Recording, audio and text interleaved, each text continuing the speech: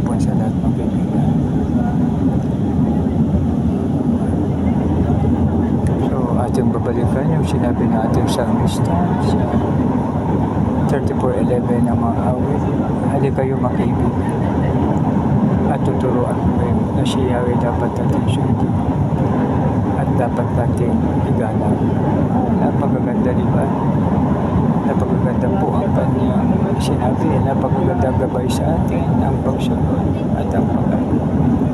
So ngayon, paano natin apply pag tayo nakasakay sa LRT? So dito sa una, sundin siya. Isa kasi sa mga commandments ay love the neighbors as thyself. Kaya magkaibigan, tulungan niyo po ako na ang God parang hindi applicable dito sa pagsakay ng MRT. Kasi ang babae dapat ay talagang upo sila at tayong malalaki ay tatayo.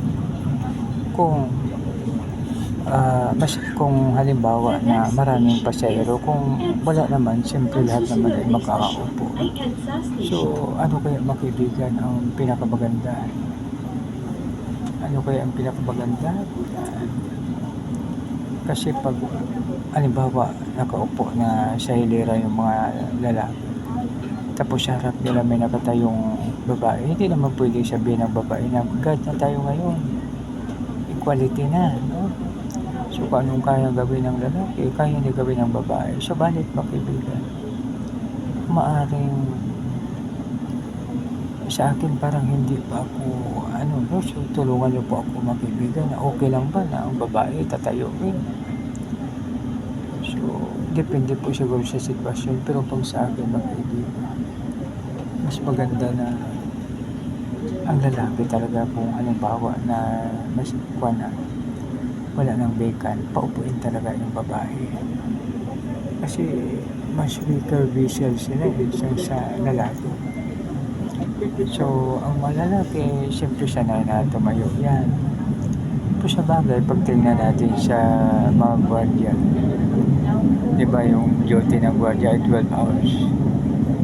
12 hours yung palagi sila nakatayo. So, kaya ng babaeng guard, kaya ng lalaki. Pero iba naman po kasi pag tayo ay sa LRT. Iba naman po kasi pag tayo nagasakay sa LRT. So, iba talaga. Pag sa LRT, iba. Pag halimbawa dito sa mga kaibigan. So, siyempre may mga gwardiya yan. Ayun, ang gwardiya nakatayo. Babae nakatayo. So, balik dito sa LRT, iba talaga. Yan, maluwag na po, maluwag.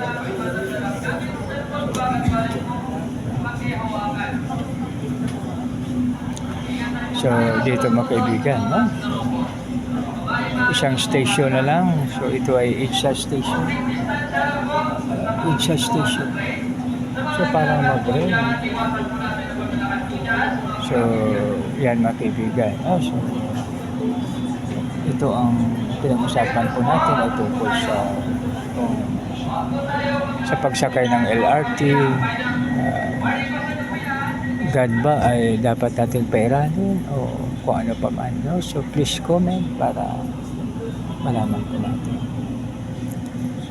So, dito mga kaibigan, no? Dahil pa minsan, no, maraming inantok na mga lalaki. Kasi maraming inantok na natutulog habang ang mga babae ay sa harap nilang nakatayo. So, parang hindi maganda tingnan, no? Dapat manatili ang culture natin na gentlemanship. Tama po ba ang word na ginamit ko, mga English teacher? Gentlemanship. So, yan mga kaibigan, gentlemanship.